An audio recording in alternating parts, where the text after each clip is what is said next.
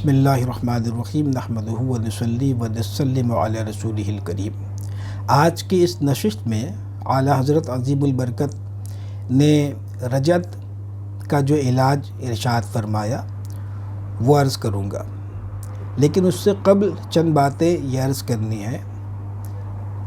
میرے تمام خاص احباب سے، عام احباب سے، اور جو فقیر کو سنتے ہیں، میری باتوں کو پھر آگے بڑھاتے ہیں۔ آپ اس کو بالکل ایک اپنائیت کی طرح میری اس بات کو لیجئے گا، اور اس میں باخدا کے بات کے کہنے کے پیچھے جو غرض ہے وہ صرف یہ کہ آپ کسی ناگہانی مصیبت کے شکار نہ ہو جائیں۔ وہ یہ کہ آپ خدا کے واسطے کوئی بھی عمل بغیر استاد کے مت کیجئے گا، بغیر استاد کے کوئی بھی عمل مت کیجئے گا۔ بکثرت کثیرہ لوگ رجت کے شکار ہو رہے ہیں، بس اللہ کی پناہ۔ تو ہمارے یہاں بہت ذمہ داری کے ساتھ ہم لوگوں کو بس اتنا ہی کراتے ہیں، مطلب جو اس کے اندر میں استعداد ہوتی ہے۔ آپ کے اندر شوق ہمالیہ پہاڑ چڑھ جانے کا ہو، مجھے اس سے کوئی غرض نہیں ہے۔ آپ جتنا جس ٹیلے پہ چڑھ سکتے ہیں میں صرف آپ کو وہیں پہ فی الوقت چڑھا کر کے آپ کی تسلی کر دوں گا، پھر آپ کا حوصلہ مزید اس سلسلے میں بڑھاتا رہوں گا، حتیٰ کہ آپ چاہے تو بڑے بڑے پہاڑوں پہ چڑھنے کے اہل ہو جائیں۔ تو خدا کے واسطے میری ان باتوں کو ابھی جیسے کچھ نشستیں خاص طور پہ میں اسی تعلق سے جیسے کر رہا ہوں، جیسے وہ ابتدائی 9 چلوں کی جو ہر نشست ہو رہی اس میں بھی تو باتیں کچھ تیکھی ہے اور بڑی پھیکی ہے، بہت روکھی باتیں ہیں۔ بالکل میری باتیں ایسی آپ کو جیسے لگتے ہوں گے کہ جو عاملین حضرات ہیں کہ جن کو ترک حیوانات کا تجربہ ہے تو وہ اس بات کو سمجھ سکتے ہیں کہ ابھی یہ ساری باتیں جو ہم نے عامل بننے کی وہ 3 نشستیں کی، اور ابھی جو لگاتار جو پچھلی جو کچھ نشستیں ہو رہی ہیں، یہ میری باتیں بالکل ایسے ہیں جو مرچ مسالے سے خالی اور جیسے ترک حیوانات کا اس میں مزہ ہے، یعنی بالکل بے مزہ ہے۔ تو خدا کے واسطے اس کو آپ ایک کڑوا گھونٹ سمجھ کر کے پی لیجئے، ٹھیک ہے نا، کہ بغیر استاد کے آپ کبھی بھی عمل مت کیجئے گا۔ اگر آپ کسی صحیح پیر سے جن کا سلسلہ متصل ہے، جو سنی صحیح العقیدہ ہے، جو مذہب اہل سنت مسلک اعلیٰ حضرت پر ہیں، اگر اس پیر سے آپ مرید ہیں اور انہوں نے آپ کو کوئی شجرہ دیا ہے تو بخدا کہتا ہوں کہ اس شجرے کے اندر جو وظیفہ ہے، جو وظائف ہیں، جو اوراد و وظائف ہیں، جو اعمال و اذکار اس کے اندر ہے، اگر آپ اس کی پابندی کر لیں گے تو آپ کو کسی قسم کے اعمال کی ضرورت نہیں پڑے گی، ٹھیک ہے نا۔ باقاعدہ جیسے ہمارے شجرے کے اندر میں ہے مشکل حل ہونے کے لیے اللہ ربی لا شریک لہ 874 مرتبہ، حسبنا اللہ و نعم الوکیل 450 مرتبہ، اگر کوئی اس کو پڑھ لے جو سلسلہ عالیہ قادریہ برکاتیہ رضویہ سلامیہ برہانیہ میں مرید ہے یا اس کے اور جو دیگر شاخیں ہیں، تو بس اس کے لیے مطلب شرط ہے کہ اس کو اپنے مرشد سے نسبت کامل ہو، ان پر جو ہے اس طور پر اس کا اعتقاد ہو کہ اس کی تمام مشکلیں اس کے مرشد کے توسط سے اللہ تعالی حل فرما دے گا، اور اس سلسلے کے بزرگان دین کا، یعنی اس سلسلے کے جو مشائخ ہیں ان کا جو فیضان ہے وہ اس کے مرشد کے توسط سے اس تک پہنچتا ہے۔ اس بات کا یقین رکھتے ہوئے محض شجرے میں دیے ہوئے وظائف کو آپ کریں گے تو بس یہ کافی ہے۔ میں کئی ایک نشستوں میں یہ بات کہہ چکا ہوں کہ جو وظیفہ پیر خانے سے ملے، جو وظیفہ شجرے میں ملے، وہ کسی بھی اعمال کی کتاب میں، بڑی سے بڑی کتابوں میں جو کچھ دیے گئے ہیں، ان سب پر آپ کو جو یہاں سے ملا ہے یہ وظیفہ، یہ فوقیت رکھتا ہے۔ یعنی اگر آپ اس کو پرائرٹی نہیں دیں گے اور اس کو چھوڑ کر کے آپ خواہ بہت بڑے بڑے اعمال کے پیچھے جائیں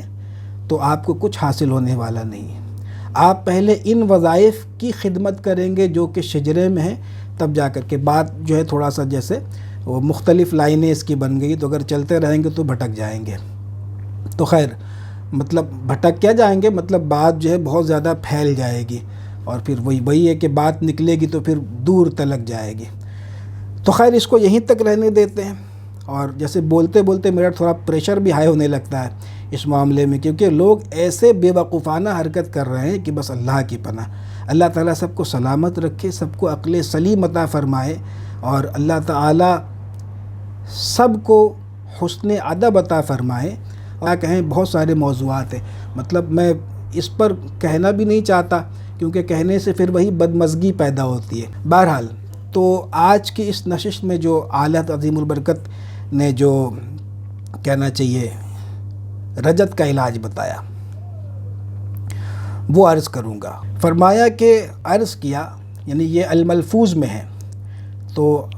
عرض کیا اعلیٰ سے کسی نے کہ ایک صاحب کی لڑکی بلا ناغہ کچھ عرصہ سے سورہ مزمل شریف پڑھا کرتی تھی، بلکہ قریب نصف کے حفظ بھی تھی، اس کو آدھے سے کچھ کم، جیسے قریب آدھے کے سورہ مزمل شریف حفظ بھی تھی۔ ان صاحبزادی کا دماغ خراب ہو گیا۔ اب ارشاد فرماتے ہیں، دیکھیں آلت، اب اس کا علاج ارشاد فرما رہے ہیں کہ لا حول شریف 60 مرتبہ،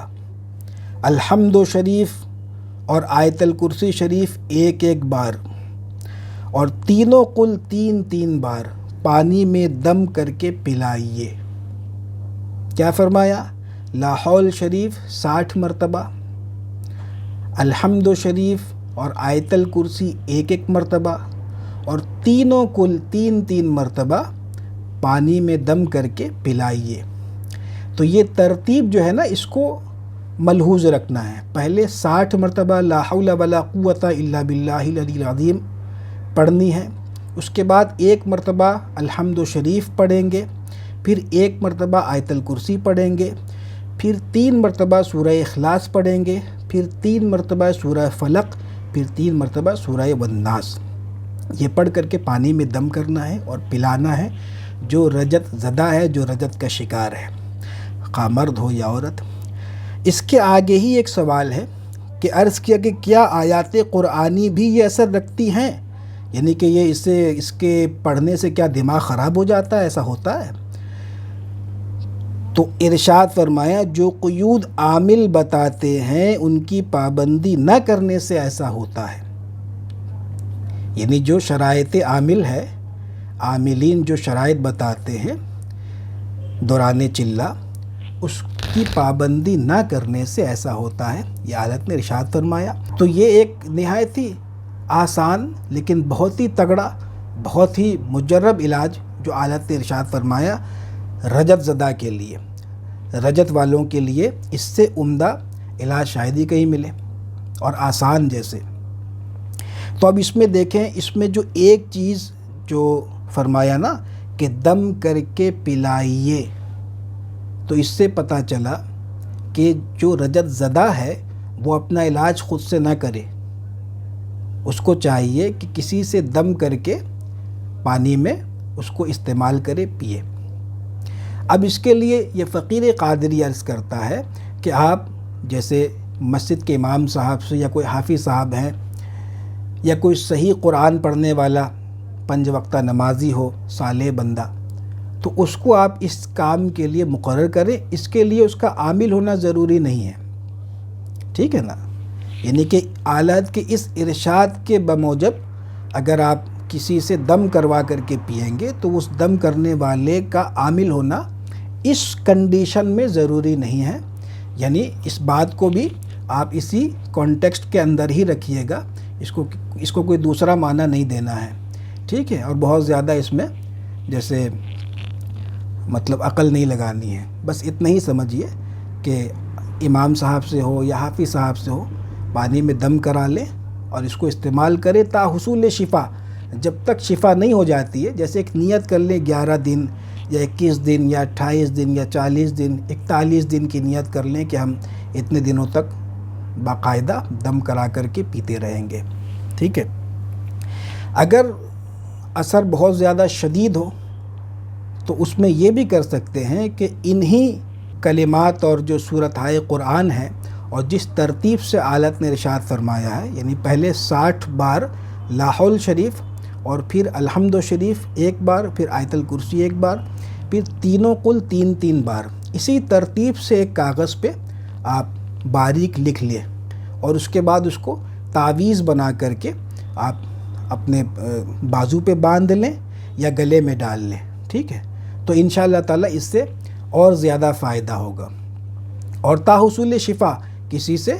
وہ دم کرا کر کے پیتے رہیں، اور یہ لکھنا بھی ایسے ہی ہے کہ مطلب کسی امام صاحب سے یا حافظ صاحب سے اس طریقے سے لکھا لیں، ٹھیک ہے نا؟ اس میں بھی وہی بات ہے، ہمارے یہاں سے بھی اس سلسلے میں بہت سارے علاجات وغیرہ رجت کے جاتے رہتے ہیں۔ بہت سارے لوگ جو بیچارے اعمال سیکھنے آئے پہلے وہ رجتی کے شکار ہیں، تو ابھی وہ پہلے اپنا رجت کا علاج کروا رہے ہیں، پھر جب ان کو اللہ تعالیٰ شفا دے گا، اس بلا سے جان چھوٹے گی، تو پھر اعمال و اشغال اوراد و وظائف کی طرف پھر وہ رخ کریں گے۔ تو اللہ تعالیٰ سب کو شفا دے، سب کو اس بلا سے محفوظ رکھے۔ خدا کے واسطے اس میں غور و فکر کیجئے، تدبر کیجئے، اور جو صاحب اگر کوئی اس بلا میں گرفتار ہے، اس مرض کا شکار ہے، تو اس تک یہ بات پہنچائیے اور اس کو یہ نسخہ بتائیے آلت کا۔ اللہ تعالیٰ سب کو شفا دے۔ اللہ تبارک و تعالیٰ ہم سب کو علم نافع اور خیر کثیر عطا فرمائے۔ السلام علیکم ورحمۃ اللہ وبرکاتہ۔